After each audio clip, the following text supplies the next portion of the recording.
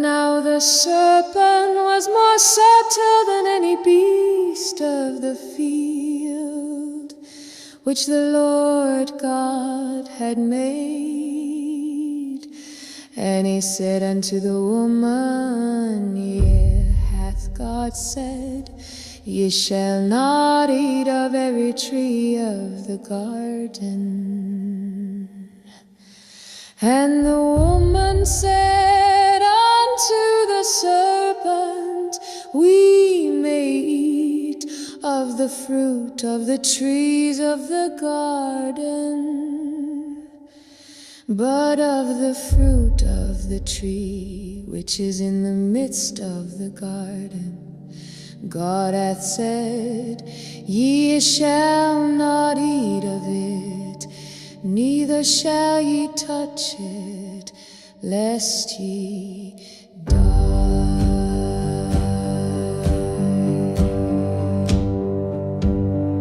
And the serpent said unto the woman, Ye shall not surely die.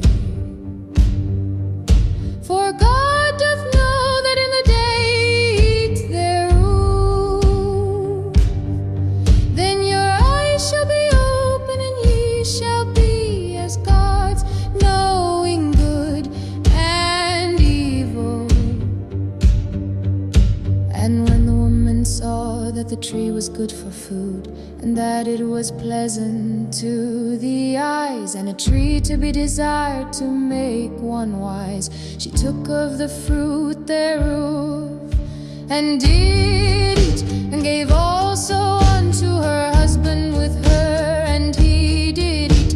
And the eyes of them both were opened, and they knew that they were naked, and they sewed fig leaves together, and made themselves aprons.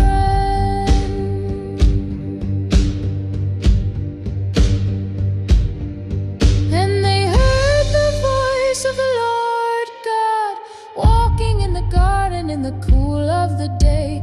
And Adam and his wife hid themselves from the presence of the Lord God amongst the trees of the garden.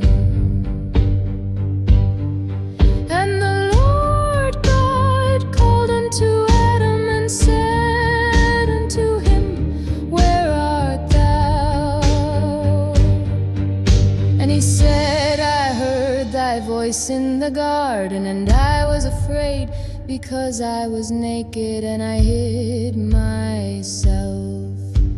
And he said, Who told thee that thou wast naked? Hast thou eaten of the tree whereof I commanded thee that thou shouldest not eat?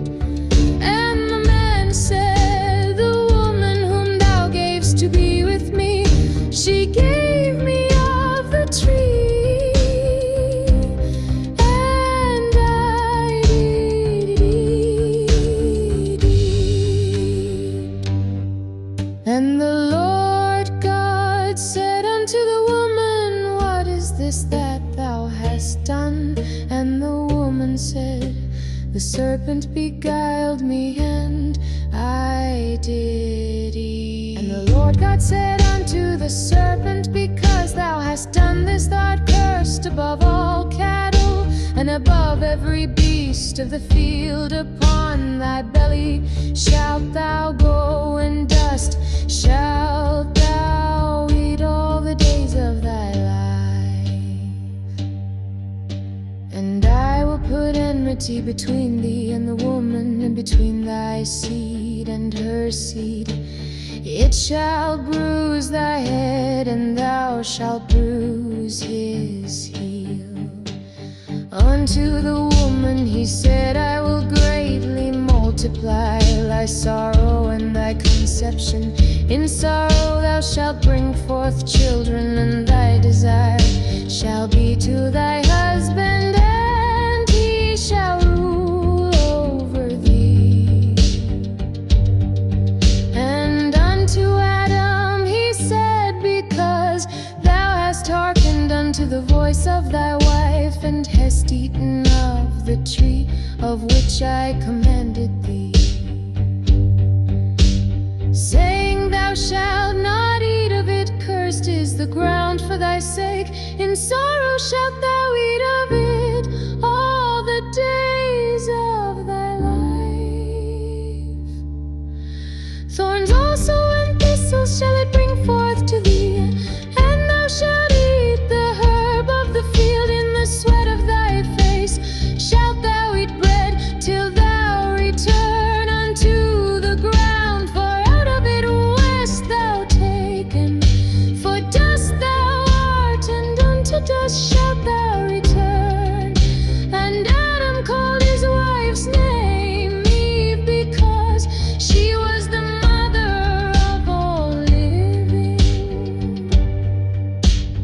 Unto Adam also and to his wife did the Lord God make coats of skins and clothe them.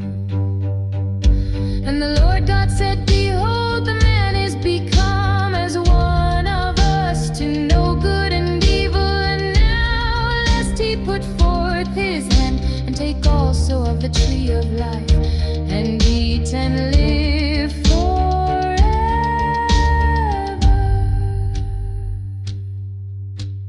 Therefore the Lord God sent him forth from the Garden of Eden, to till the ground from whence he was taken. So he drove out the man, and he placed at the east of the Garden of Eden cherubims, and a flaming sword which turned every way, to keep the way of the tree of